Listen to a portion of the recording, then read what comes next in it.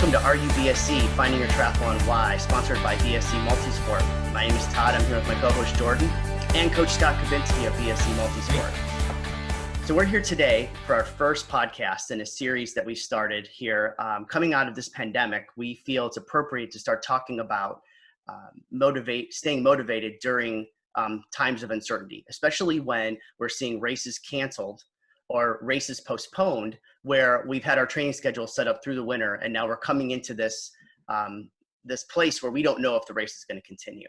So I wanted to kick it off here today with both of you on how we should focus and stay motivated during these times. What are things that we can do to reset our goals or reset our approach so that as we get closer to those races and we find out that something could or could not occur, how do we shift our mental status so that we still stay in the game?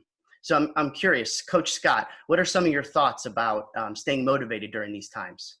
Well, the first thing is to understand what training is and what it does. There's obviously the health benefit of training, and people say, oh yeah, but I mean, I get that just walking around the block.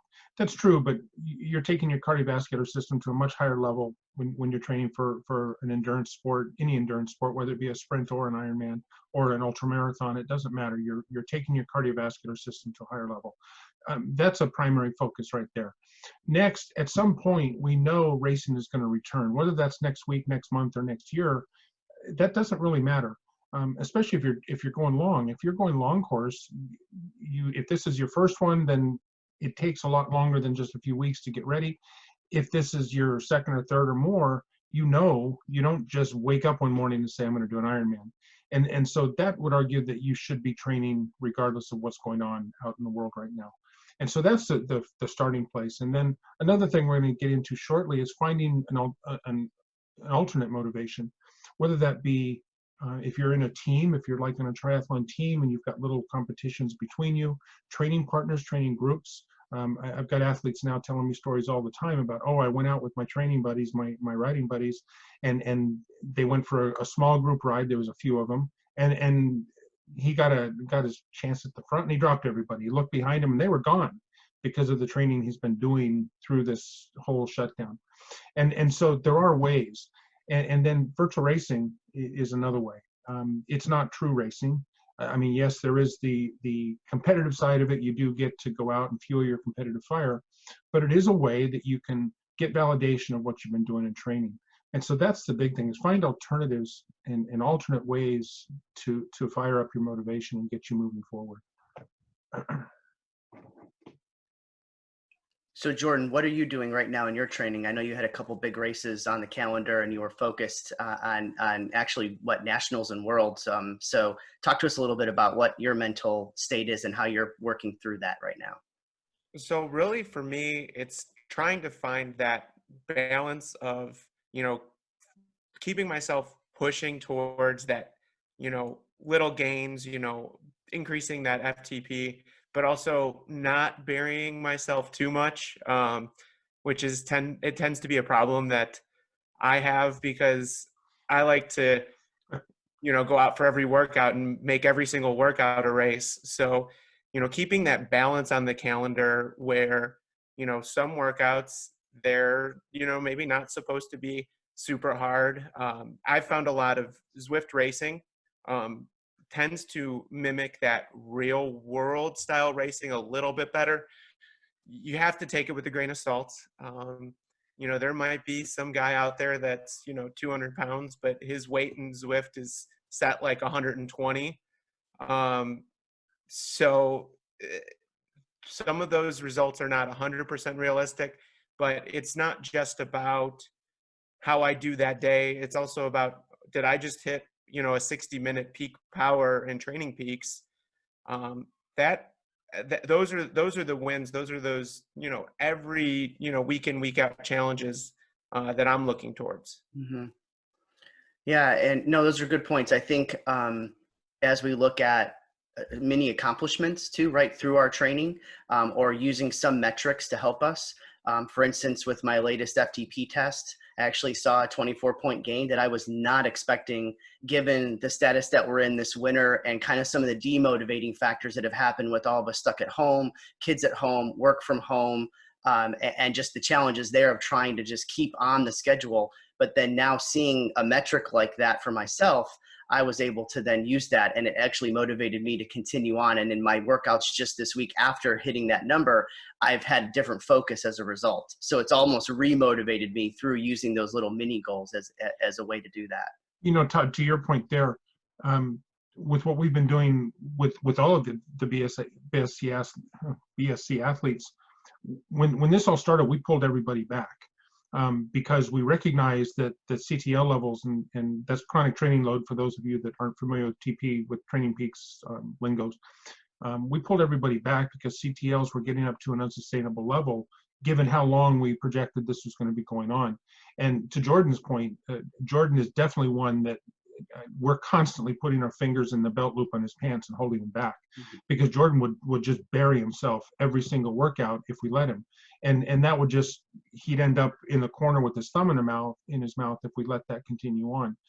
But we pulled everybody back with a real focus on a gradual build rather than a real sharp build like you might see in the latter part of a Ironman build. And so we are seeing, we did tests across the board with almost every single BSC athlete this past week, and we saw similar gains on everybody. And so our point was to protect against that high CTL being unsustainable, where people just simply wouldn't have enough hours to continue working at that level.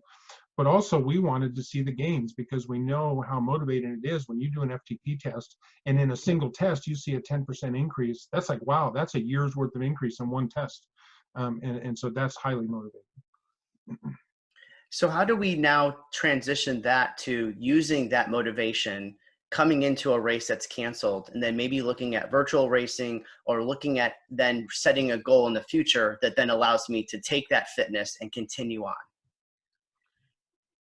That's a little bit tougher because we don't know when races are coming up. And so one of the things, one of my philosophies with BSC is when you show up on race day, you should have a plan that utilizes whatever level of fitness you have at the start. And so obviously there's going to need to be modifications in your plan moving into an actual race day. And so if you're building your plan around your FTP that was from a year ago, then you're not going to be going near the level you could be going. And so we always like to test at the beginning of a taper so we know precisely where we are. Now we use WKO software, which gives us a modeled FTP, so we have a pretty good idea where everybody's at anytime coming in, whether they've tested or not. But still, prior to a race, it's a good idea to test. And so I'd encourage everybody consider that as you come into actual true racing. You need to figure out where you're at. That's both a lactate threshold for running, as well as FTP for the bike. If you don't have a power meter, then you need to get a lactate threshold on the bike also, because you need some metric from which you can guide your pacing. And we'll do an episode on pacing all by itself, because we can easily take an hour on just pacing. But that would be, I think, to your point, I think that's what you're asking. Yeah, it is. It is. And so Jordan, in looking at some of the virtual racing you've experienced or looked at as potential to add to your calendar, what are some of the things that you look for when you're selecting a virtual race? One of the biggest things that I like to look for when I'm looking at a virtual race is kind of the size of the group that you're going to be racing against. Are you going to be racing against the entire world? Because then, like the Ironman versions, those VR races, you're going to see some absolutely unrealistic numbers. There's going to be people that are, just using virtual power and just, how fast they can spin their wheel, and, what value that they plugged in is their, wheel circumference. And, they're riding, 40 miles per hour for, a 56-mile race, which is, nobody is going to do that in the real world. I like to find there's particularly one, race that they divided out into age group categories. We had another member, Deb Bliss, just nailed that. I mean, she's just a badass. And, has raced worlds, and, finished in the top 2 in the nation in her age group. She And holds so the current those, world record too for the 6-hour endurance race. Yeah. Just throwing yeah, it out there. This world after record. breaking her hip 2 years ago. Yeah. Yeah. That's why she's definitely BSC. And finding those races where you might have a little bit more of a realistic competition, that helps a little bit. And also, I don't want to, there are some virtual races out there where they're, trying to make up their cost, but man, like I can't justify paying $100 for a virtual race. That's not, that's not where I find a lot of value. Right. So So finding a race where cost versus free also can play a factor. yeah, exactly. And the one race I did, I think it was a $10 sign up. So that seemed pretty realistic, and people aren't just going to randomly sign up for that. They're going to actually go out and put some effort into it. So having a little bit of cost and value to it, kind of kept the competition pool more reasonable. So there's a lot of things out there, and just trying to find what appeals to you and that keeps you moving and keeps you active. That's going to be the most important part. Right. So Coach Scott, then thinking about an athlete like Jordan who's selecting races, looking at his calendar and maybe getting motivation through that, how do you then want an athlete to work with a coach to make sure that they're not blowing up your plan, your schedule for them by every weekend picking a different virtual race and blowing up their CTL as well as their opportunity to actually peak at a certain race point throughout the year? Well, first thing, and I think I talked to a couple people about this. I wouldn't want to, excuse me, I wouldn't want them racing every weekend. If you're approaching virtual racing with the same intensity you would be approaching real racing, then I wouldn't want you racing every week, because it's just gonna, it's not gonna, it's it's not gonna go to your proper balance of training. If you're racing longer virtual races, there's going to be recovery times involved. Obviously, if you're a half iron person and you're doing sprint virtual races, I mean, the fitness part of it's not the concern, and certainly there's plenty of opportunity to recover. But if your goal is long, you need to be doing a certain type of training.